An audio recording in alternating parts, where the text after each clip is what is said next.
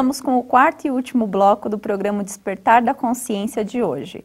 E você que está aí acompanhando o nosso estudo e quiser também adquirir camisetas como essa que eu e o Sebastião estamos usando, é só ligar para a Neuza Marques no telefone 11 2455 8138. Então, dando continuidade aqui ao nosso estudo de hoje, Sebastião, eu vou ler mais uma citação. Se você quiser nos acompanhar, página 252. No Espiritismo, querer é filosofia, saber é ciência e amar é vivência, moral. A filosofia consola, a ciência esclarece e a moral liberta. A filosofia nos ensina a pensar, mas não nos ensina a fazer.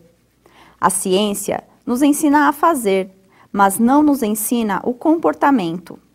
A moral nos ensina o comportamento ético ante o ideal que pretendemos edificar. E para essa edificação, além do querer e do saber, é imprescindível ser. O que você tem a nos dizer, Sebastião, sobre este trecho? Começando do final para o começo, quando a gente fala moral, é o Evangelho do Cristo, o código de ética por meio do qual nós pautamos o nosso comportamento. Então, em filosofia, realmente, a filosofia nos ensina a pensar, a raciocinar, a duvidar, a indagar. Podemos chegar a incontáveis conclusões, mas não sabemos se dá certo senão quando levarmos para a ação. E a ciência é o mecanismo que temos para experimentarmos na ação e chegarmos ao esclarecimento, ao discernimento. Mas isso não define um comportamento, porque eu posso descobrir coisas fantásticas e usar de forma indevida. E essa conduta após a compreensão dessa situação, onde eu posso agora colocar esse produto a serviço de outros cenários, porque antes eu tinha ideia, agora eu comprovo essa ideia, e agora eu vou vender a minha ideia ou dividi-la com os demais. Aí eu preciso dessa ética, desse evangelho na ação. Levando em consideração que estamos hoje neste programa falando sobre a vontade, onde que a gente pode então estar colocando mais firmemente essa questão da vontade, trazendo, né, essa questão da filosofia, da ciência e da moral?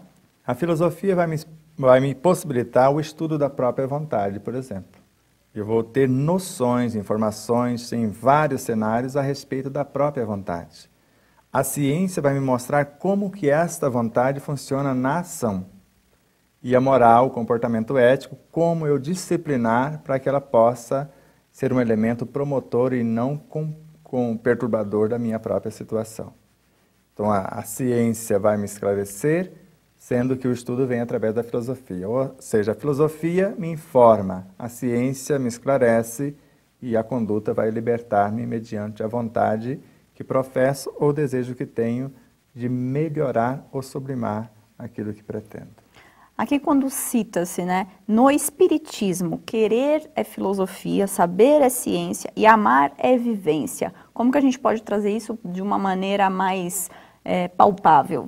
Porque na visão do Espírito, ou antes, quando ele estava encarnado, quando disse isso, Viana de Carvalho, o Espiritismo é a ciência da religião, a religião da filosofia e a filosofia da ciência. Então o Espiritismo é o único mecanismo que eu conheço, como ensino universal dos Espíritos, que sintetiza todo o conhecimento, através da filosofia, da ciência e da moral. Ou seja, da parte que nos dá os meios para estudar, para investigar, outro para que possamos comprovar o que foi investigado e que foi estudado, e ao mesmo tempo depois para aplicar na nossa vida o que foi compreendido, o que foi discernido. Do contrário, você vai ver mecanismos em nosso próprio meio espírita. Agora não é o espiritismo, são os espíritas. Só o evangelho basta. Gozado que eu nunca consegui compreender o evangelho sem pensar. Porque se só o evangelho basta a conduta, para que eu possa compreender o evangelho, eu preciso filosofar, eu preciso estudar, preciso pensar, raciocinar, duvidar, indagar. Agora, eu nunca consegui colocar o meu pensamento em prática, que seria só essa parte da compreensão, sem experimentar. Aí já é ciência. Eu sou um alquimista, agora eu vou para a ação ver como que esse comportamento vai ocorrer na ação. E depois eu vou definir o comportamento que vai promover o meu cenário e o do meu semelhante também. Por isso, quando falamos do Espiritismo, estamos falando do ensino universal dos Espíritos. Porque há meios que professam que são meios religiosos somente, não são científicos e nem filosóficos. Outros se afirmam ou se intitulam filosóficos e não científicos e nem religiosos. E o Espiritismo sintetiza todas essas três vertentes ou todo o ensinamento cósmico. Então, a filosofia que estuda, a ciência que discerne e a moral que determina o comportamento. Então, a gente poderia dizer que muitos problemas, muitos dissabores que a gente tem, pode ser acarretado justamente por não fazermos essa junção desses três aspectos? Ou às vezes eu fico mais com essa questão da filosofia, desse estudo, não levo isso para a prática, para a vivência, que é a questão da ciência, e acabo não levando isso de uma maneira mais voltada para a moral, e isso pode então ser a causa de problemas que acarretam? Da maioria ou de todos. Quando nós vemos Jean-Jacques Rousseau, um elemento ou um ser, um dos maiores pensadores do século XVIII, que chegou um pouco antes de Pestalozzi aqui no nosso cenário, ele era um filósofo, um pensador teórico. Ele não sabia se aquelas ideias na prática iriam funcionar. Pestalozzi pegou a sua teoria, a parte filosófica, o seu estudo, e transformou aquilo em prática. Quer dizer, transformou em ciência vivenciada e depois em comportamento.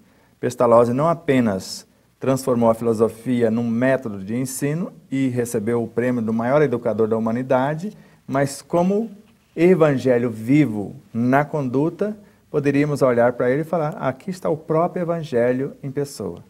Porque ele pegou a filosofia, que era o conhecimento, experimentou e criou um mecanismo prático e, ao mesmo tempo, um comportamento adequado para definir como os seus alunos deveriam ser ou se tornar. Por isso, com esse comportamento, com esta consciência e com esse estudo, ele conseguia entrar na consciência do aluno e trazer a essência do aluno para a periferia. Ele não precisava dar conteúdos nem filosóficos, às vezes, nem científicos, em alguns casos, mas sim o comportamento moral extraindo as duas coisas, porque esses alunos já tinham a parte filosófica e científica na maioria das vezes, lhe faltava a conduta. E Kardec também, dando sequência, trouxe isso à baila com maior expansão e é o que nós conhecemos hoje como doutrina espírita. Bom, então finalizando este programa de hoje, o que nos diria o filósofo Leon Denis sobre esse trecho lido? Que todo o poder da alma se resume em três palavras: querer, filosofia, saber, ciência e amar, que é a vivência, o evangelho, o comportamento. Tá. E Miramês, um outro filósofo que também nos acompanha muito nesse estudo, o que eles teriam a nos dizer?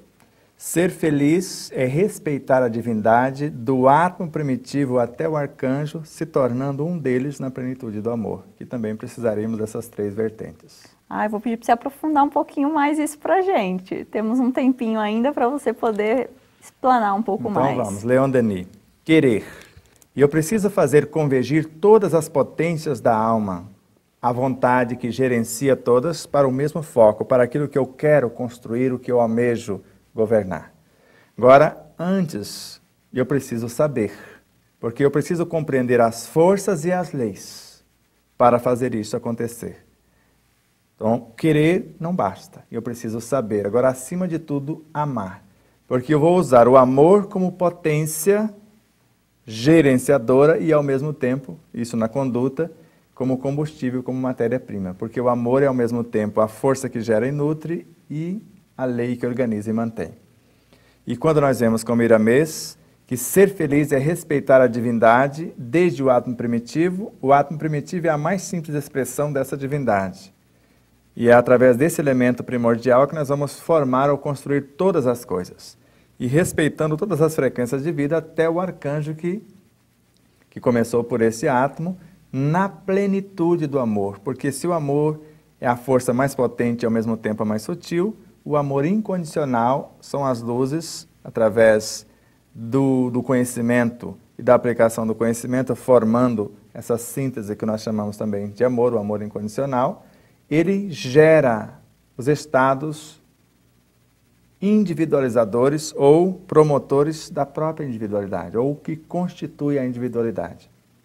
O ser em si, o espírito, a consciência imortal, é uma essência, é o próprio amor configurado, ou que nós podemos chamar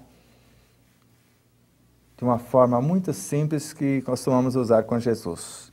Aqui está o amor personificado. Nós poderíamos ver isso em Francisco de Assis, em Francisco Cândido Xavier, em Madre Teresa de Calcutá, a essência do ser na ação.